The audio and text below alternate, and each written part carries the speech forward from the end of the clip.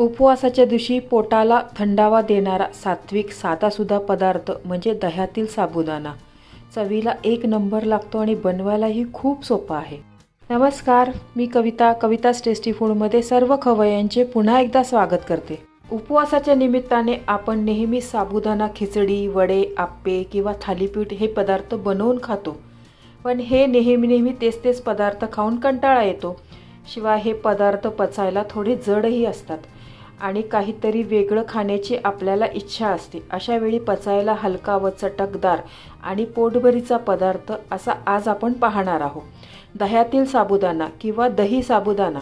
Recipe नेहमीप्रमाणे खूप साधी आणि सोपी आहे. विशेष करून नवरात्रात बरेच लोकांचे 9 दिवसाचे उपवास असतात. रोज काय खायचे हा प्रश्न पडतो. त्यासाठी दही साबुदाणा बेस्ट ऑप्शन आहे. रेसिपी शेवटपर्यंत पहा. नेहमीप्रमाणे भरपूर टिप्ससह तुमच्याबरोबर शेअर केलेली आहे. चला तर हा चटपटीत दही साबुदाणा कसा करायचा ते पाहूया. तुम्ही या चॅनलला अजून सबस्क्राईब केले नसेल तर जरूर सबस्क्राईब करा. ते निःशुल्क आहे. इथे मी 1 वाटी साबुदाणा घेतला आहे. वजनी हा साबुदाणा ना 1/2 किलो आहे. हा साबुदाणा आहे ना एका भांड्यामध्ये काढते. आपण साबुदाणा करताना कसं भिजू घालतो ना त्याच पद्धतीने आपल्याला साबुदाणा भिजवून घ्यायचा आहे. त्याच्यामध्ये पाणी घालून हा थोडा हलक्या हाताने चोळून घ्यायचा आणि 2 पाण्याने ना स्वच्छ धुवून घेणार आहे हा साबुदाणा. यातलं पाणी फेकून एक वेळा आणखीन मी स्वच्छ पाण्याने धुवून घेणार आहे साबुदाणा. 2 पाण्याने साबुदाणा हा धुवून घेतलेला आहे मी. यामध्ये आता मी भरपूर पाणी घालते आणि हा साबुदाणा आहे ना आता आपल्याला 20 मिनिटं या पाण्यातच भिजवून घ्यायचा आहे. तुम्ही अजून या चॅनलला सबस्क्राईब केले नसेल तर सबस्क्राईब बटनला क्लिक करा आणि बेल आयकॉनला प्रेस करायला विसरू नका, जेणेकरून नवीन रेसिपीचे नोटिफिकेशन तुम्हाला येतील. 20 मिनिट झाले आहे बघा. साबुदाणा आपला छान मस्त भिजलेला आहे. साबुदाण्याला जेवढं पाणी प्यायचं असेल ना तेवढं सगळं पाणी व्यवस्थित पिऊन घेतलेलं आहे साबुदाण्याने. आता या साबुदाण्यामधलं सर्व पाणी ना काढून घेऊ. एक 5 मिनिट झालेलं आहे. साबुदाण्यातलं सर्व पाणी आहे ना सगळं निघून गेलेलं आहे बघा. आता हा साबुदाणा आहे ना आपण परत त्याच भांड्यात घालू. मी जेव्हा पण साबुदाणा करत असाल कशासाठी पण तर या पद्धतीने साबुदाणा भिजवला ना तर कधीच तुमचा साबुदाणा बिघडणार नाही. त्याच्यामध्ये पाणी पण जास्त होणार नाही आणि कोरडा पण होणार नाही. व्यवस्थित साबुदाणा चांगला भिजेल. हा साबुदाणा आहे ना 5 ते 6 तास व्यवस्थित भिजवून घेऊया. तुम्ही रात्रभर भिजवून घेतला ना तरी चालेल. छान मस्त मोकळा साबुदाणा होईल. हा बघा साबुदाणा आहे ना किती छान मस्त भिजलेला आहे. एकदम मोकळा झालेला आहे बघा. एक दाणा ना मोत्यासारखा मस्त मोकळा झालेला आहे बघा. तुम्ही माझ्या या पद्धतीने कधी पण साबुदाणा भिजवला ना तर कधीच साबुदाणा फसणार नाही तुमचा. यापासून साबुदाण्याची खिचडी पण खूप छान बनते.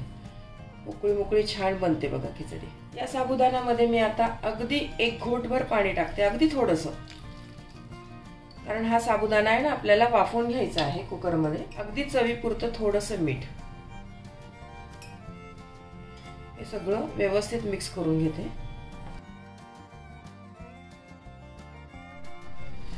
हा साबुदाणा आहे ना दुसऱ्या एका पातेल्यामध्ये मी काढून घेतलेला आहे आणि ह्या कुकरमध्ये ना हा साबुदाणा आपण 1-2 शिट्ट्या करून घेऊया. याच्या आपल्याला हा साबुदाणा आहे ना वाफवून घ्यायचा आहे. 2 शिट्ट्यामध्येच ना हा साबुदाणा चांगला वाफवून होतो. मी याच्या 2 शिट्ट्या करून घेते. कुकरच्या 2 शिट्ट्या झालेल्या आहे बघा आणि वाफ पण गेलेली आहे.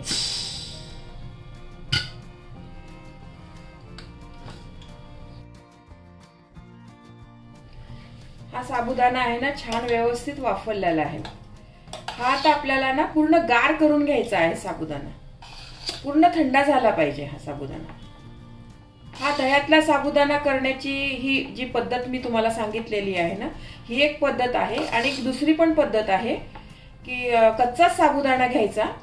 तो कढईमध्ये ना 3 ते 4 मिनिटं चांगला खमंग भाजून घ्यायचा तो साबुदाणा आणि नंतर मग गार करून तो साबुदाणा आपण नॉर्मल साबुदाणा कसा भिजवतो ना तसा भिजवून घ्यायचा तो साबुदाणा.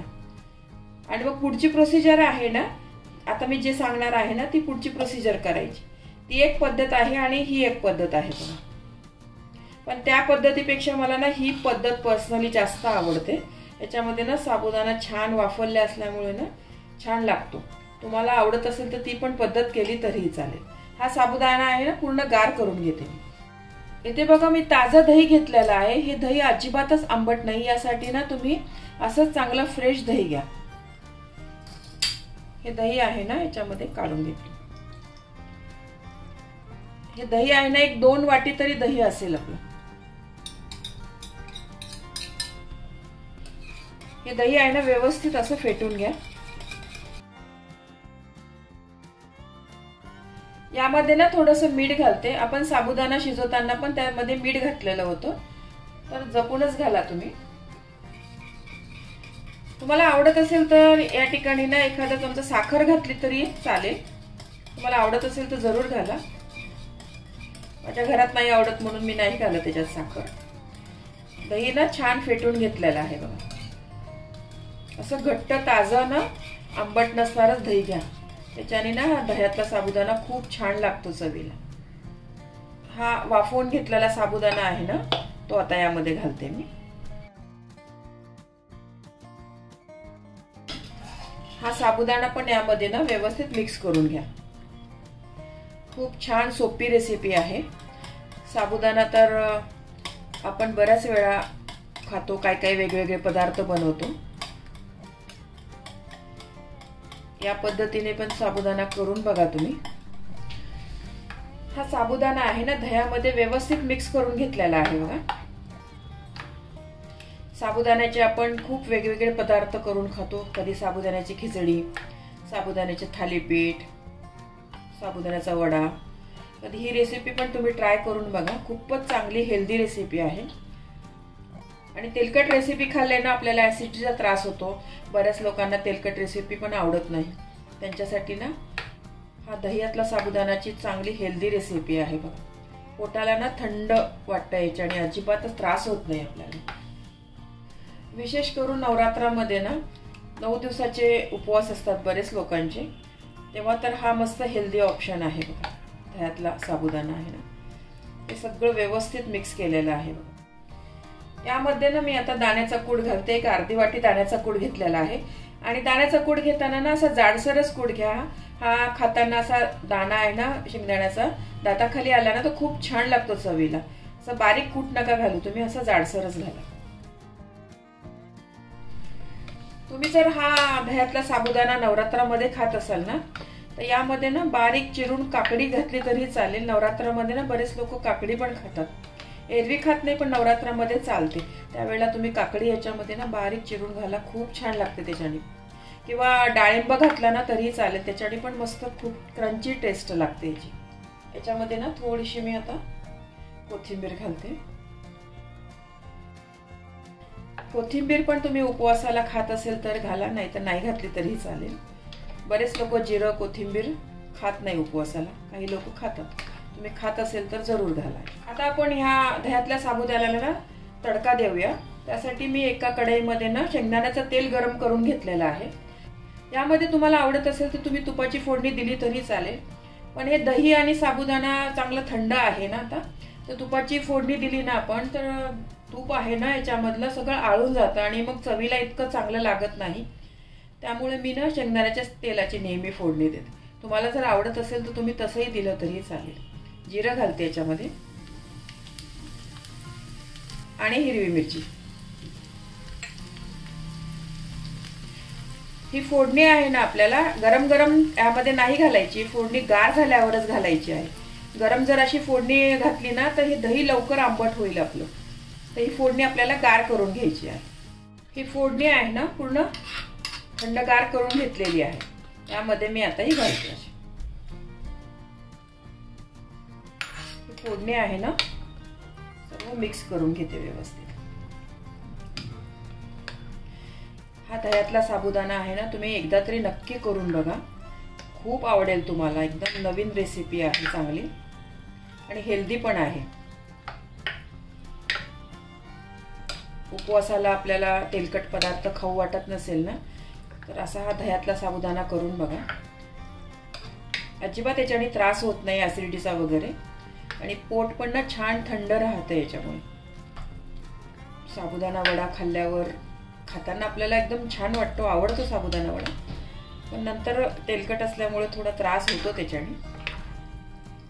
पण हा एकदम हेल्दी पदार्थ आहे साबुदाण्याचाच, आणि बनवायला पण किती सोपा आहे बघा. सर्व साहित्य आहे ना आपल्या घरामध्येच आहे, याचं पटकन बनतो. हा पूर्ण हा दह्यातला साबुदाणा तयार झालेला आहे. तुमच्याकडे असे जर खारे शेंगदाणे घरात असेल ना तर जरूर घाला तुम्ही, खूप छान लागतात त्याच्यामध्ये. असेल तर घाला, नाही घातले तरी चालेल. यामध्ये आपण जाड दाण्याचा कूट घातलेला आहेच, त्याच्याने पण खूप छान लागतं. पण घरात असेल तर जरूर घालून बघा. आता मी हा सर्व करून घेते. हा बघा, सौम्य आणि चविष्ट दही साबुदाणा तयार झालेला आहे. दही साबुदाणा तुम्हाला डब्यात न्यायचा असेल तर बनवताना यामध्ये थोडे दही आणि थोडे दूध घाला, म्हणजे खाण्याच्या वेळेपर्यंत आंबट होणार नाही. मला काही टिप्स सांगायचे आहे. यामध्ये दही नेहमी ताजंच घाला, आंबट नको. दही साबुदाणा मिक्स केल्यानंतर थोड्या वेळासाठी फ्रीजमध्ये ठेवा, यामुळे याची चव आणखीनच जास्त वाढते. दही साबुदाणा येत्या उपवासाला नक्की करून पहा आणि कसा झाला कमेंट्स करून नक्की सांगा. आवडला असेल तर रेसिपीला लाईक करा, चॅनलला सबस्क्राईब करा. रेसिपी पाहिल्याबद्दल खूप खूप धन्यवाद.